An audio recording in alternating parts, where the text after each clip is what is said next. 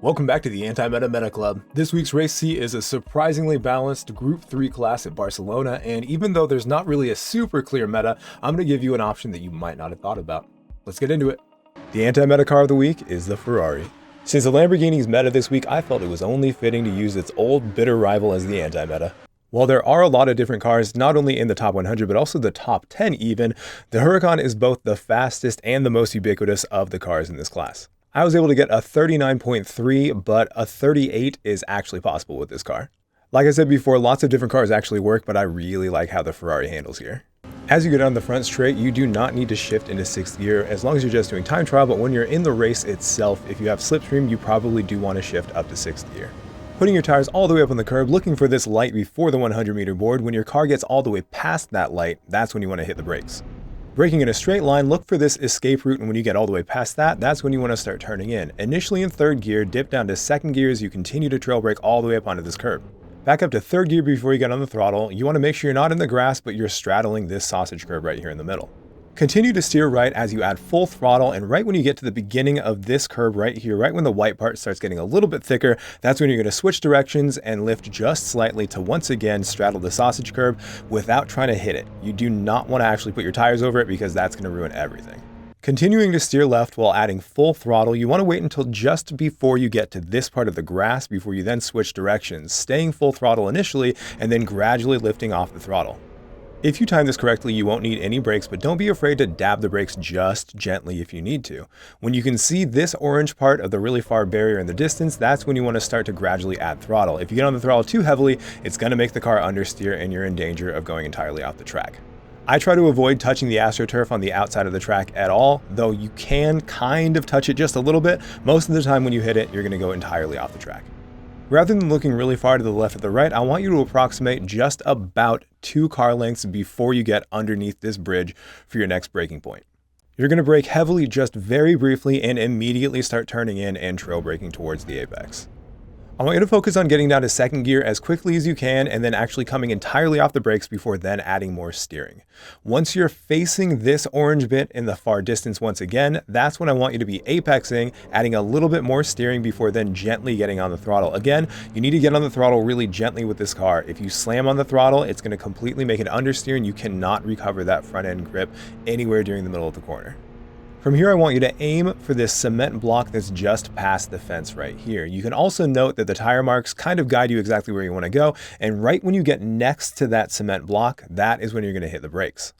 At the end of the brown patch in the grass, that is when you want to start turning in. You can kind of just follow the tire marks that you see. Now here, I made a really big mistake. After getting down to 1st gear and turning in, I added brakes for absolutely no reason. If I had just come entirely off the brakes and let the car slow down naturally, I would have done the exact same line, even maybe tighter, and then I'd be able to get on that throttle in 2nd gear, and I would have gone a lot faster. I lost probably about a 1/2 tenth there. Halfway between where this curb starts and the red part of the curb starts is where you want to hit the brakes. Brake heavily, drop down to 3rd gear, and when your rear tires go over the red part of the curb, that's when you want to start trail braking in and turning in. Once you hit the curb, stay in 3rd gear and continue steering to the left as you add throttle. It might look like you're going to go off, but as long as you continue steering to the left, you should be able to keep your left tires on the red and white part of the curb. From here, you want to gently guide yourself all the way up on this curb. You're going to look towards the end of the curb for when it starts bending in towards the end of it, and then as you follow it in, once you get entirely off of it, you're going to then add just a little bit of brakes. Looking at this big sausage bump on the inside of the curb, you want to apex about a car length after that. The car might understeer as you get on the throttle, so make sure that you're paying attention to how much grip you have and you steer into the corner even more if it feels like you're going to understeer off the track. You want to use as much of it as you possibly can, and as long as your right tires are touching the red and white part of the curb, you will be fine. Moving up onto the curb on the right side, right before the 100 meter board, is this pole right here, and as you pass that, that's when you want to hit the brakes heavily. Braking completely in a straight line, you want to turn in 2nd gear before you get to the 50 meter board and then drop down to 1st gear as you continue decelerating in. You want to come entirely off the brakes, add a little bit more steering, and then as you add throttle, you're going to then unwind the steering wheel, trying to go straight all the way to the outside and use as much of the curbing as you can. Going straight over this curb, I want you to look for these dark tire marks right here in the middle of the track. As soon as you get to those, you're going to hit the brakes and immediately start trail braking in. When you get down to second gear, you want to continue trail braking in until it feels like the car is less responsive, then come entirely off the brakes. The car is going to stop turning in a little bit more, and then you're going to add throttle to get it to turn in just a little bit more. You don't want it to slide to rotate, it's just that when you get on the throttle, the car settles a bit more and the front tires will be a bit more responsive. Looking at this tire mark that goes all the way from the sand to the track, you want to put the middle of your car on that so you turn in before the end of the green part on the outside of the track.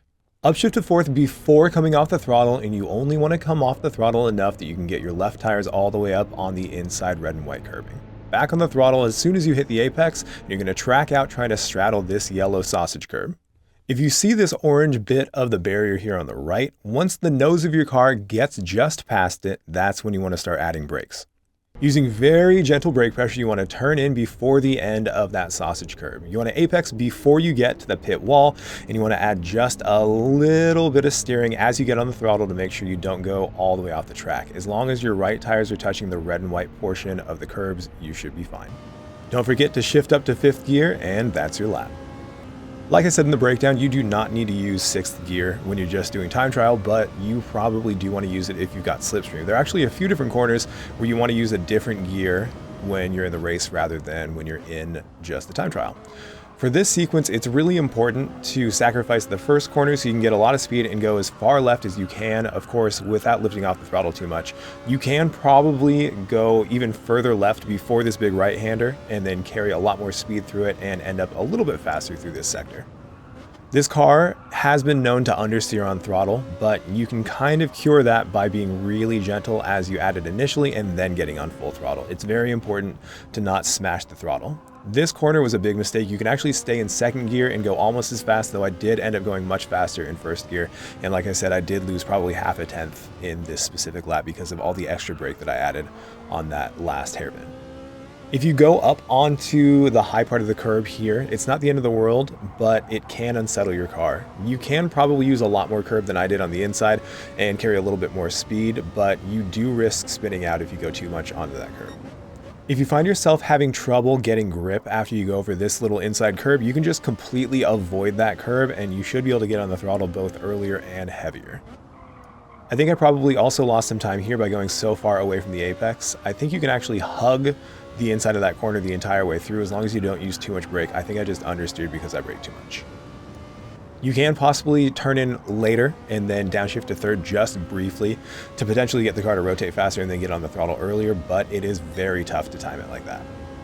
Just like a couple weeks ago in Tokyo, we have a really fun Group 3 race for Race B that's a little bit too short, or in the case of 2 weeks ago, it was actually a lot too short. This one feels a little bit better, but I think it's just because there's a lot more opportunity for action on this track.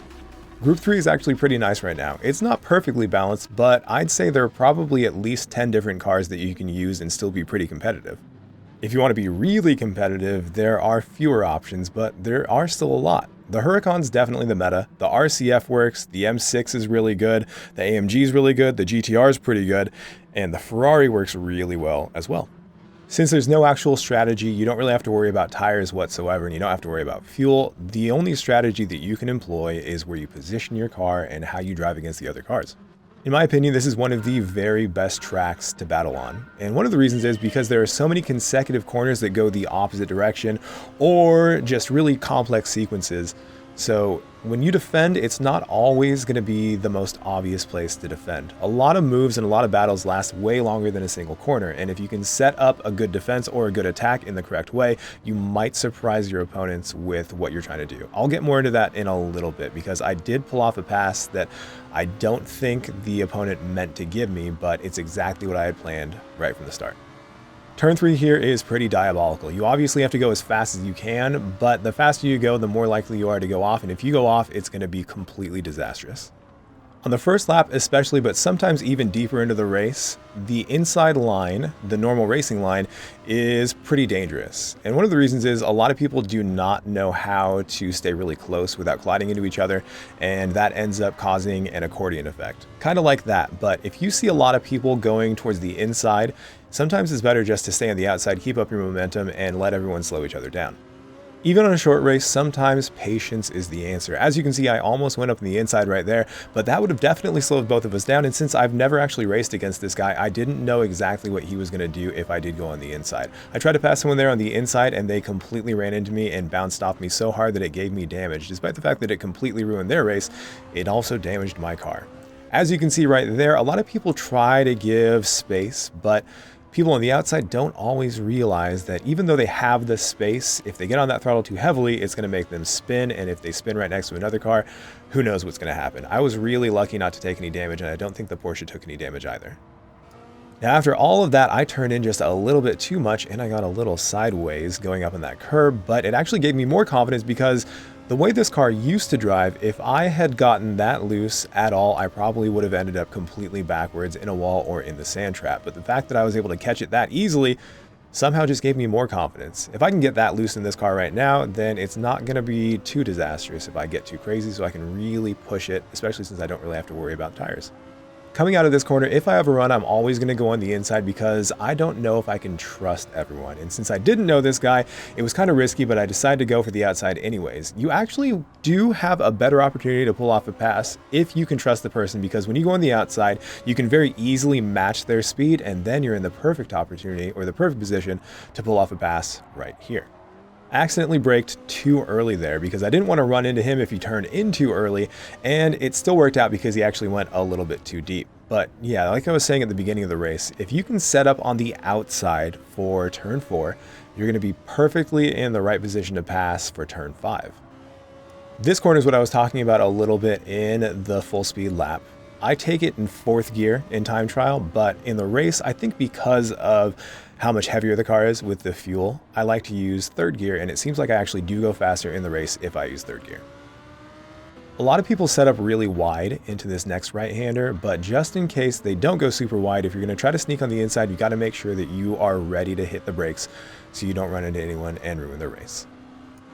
It can be pretty difficult to position your car, especially with the little bit of dirty air that you do get from these cars. Even in custom slipstream, you still get a little bit of dirty air. So you got to be really careful not to get on the throttle too heavily because you can understeer, but in the end, it doesn't matter if you are extremely fast behind someone because this straight is so long. As long as you get a good exit, even if you've sacrificed a little bit of the entry speed, you should be able to use the slipstream to then pull off a move. When he made contact right there, I don't think he did that on purpose at all, and he barely touched me. So I wasn't too worried about that, and I got to keep the position, and we moved on. At turn 3 in the last lap, I was 1.8 seconds behind this guy, and it took just about a little bit less than a full lap to get right up on his bumper. Since he has a penalty, it's pretty much a free position, but since he's so much slower than me, I decided I needed to try to pass him as soon as I possibly could. I was able to set up a lot wider than him for turn 3, even though I was still catching up to him, and so I was able to get a good run, use his slipstream, but he immediately went to defend, which I thought might play into my hands. As I dove to the outside, he didn't quite stick to the line like that last guy did, and even though he didn't push me off entirely here, it didn't look like he was going to give me enough space if I stayed on the throttle, so I lifted and tried to set up from this corner. Setting up the dummy, I was hoping that he'd make a bit of a mistake so I'd be able to sneak on in, but he trusted me or he just didn't notice that I was there, and I did brake early enough so I didn't hit him. It was at this point that I do think the pressure got to him, so he drove himself entirely off track, and I was a little bit worried, but he did give me enough space and didn't push me off, so thanks to that guy. The next guy ahead was slightly less than a second ahead, and he had a full second penalty, so I knew this was going to be a very easy pass. But unfortunately, a lot of people try to make up for their penalties by braking really late because they do realize that they have less speed, and sometimes it can be a disaster. So make sure you're checking your rear view when you pass people there when they're serving their penalties. I was really lucky that nothing bad happened, but I have had races completely ruined by people who serve penalties and think they can brake like 50 meters deeper, and they really can't. Noticing I was just at a slipstream range and I only had 1 lap left, there was also the Metacar right in front, so I was very determined to get into slipstream and try to pull off a move. As I got onto the front straight, I realized I was just barely making it into slipstream range, and it was just enough to get me a little bit extra speed going down the front. I wasn't quite close enough to get enough overspeed to justify shifting up to 6th gear, and it ended up just being perfect for 5th gear. From the final corner of the last lap to the second corner of this lap, I ended up cutting out just about 3/10, so I was pretty confident that I was going to be able to catch this guy. You may have noticed on turn 1 and this turn coming up that he's putting his left tires all the way into the AstroTurf. That's something that I used to do all the time, but through the various updates of this game, sometimes it gives you dirty tires, sometimes it doesn't, and I felt it was probably safer just to not even get used to doing that anymore. After turn 4, I had cut just one more tenth out of him. The Ferrari and the Lambo have pretty similar straight line speeds, but I was going just a little bit faster on every single corner, and I knew after the next couple of corners, there's a little bit of a back straight, so I should be able to get even closer leading into the hairpin. The sketchy part is the closer you get to your opponent, the more likely you're going to be affected by dirty air. Even if you have custom slipstream, like I said, there is a slight amount of dirty air, though with custom slipstream, it is just negligible. It's not really a problem. You do have to worry about overspeed though, and I was not paying quite enough attention, and I completely missed my apex there. Despite that, I was getting closer and closer on every single corner. He took a really wide line right there, and I was testing out how fast I can go by staying really close to the inside and using the throttle to rotate, and it did seem to work. Going into the penultimate corner, I was just on his tail, and in the final corner, he didn't actually use as much of the curb as he had in the previous corners, and that did make a difference, but the race is only 5 laps long. I did get much closer, and I think with one more lap, I would have been able to catch him, or at the very least, have a really good battle with him, but he was a little bit too quick for me. We did end up passing a whole bunch of the meta cars with this anti-meta car, and we ended up just 2 positions behind Key himself, with our buddy Damien winning this one. In the end, it was a really fun race, and despite the fact that this is definitely too short, it is a lot of fun. I think the Ferrari was a really good choice, and I do like the fact that it's going against the Lamborghini. It's a legendary rivalry, and I'm glad to let it continue living on. Also, please don't laugh at the most cursed combination of a Louis Vuitton suit and an Akatsuki helmet. As always, thank you very much for watching my video, and I'm going to leave you with a look at my current members. I love every one of you. Thank you.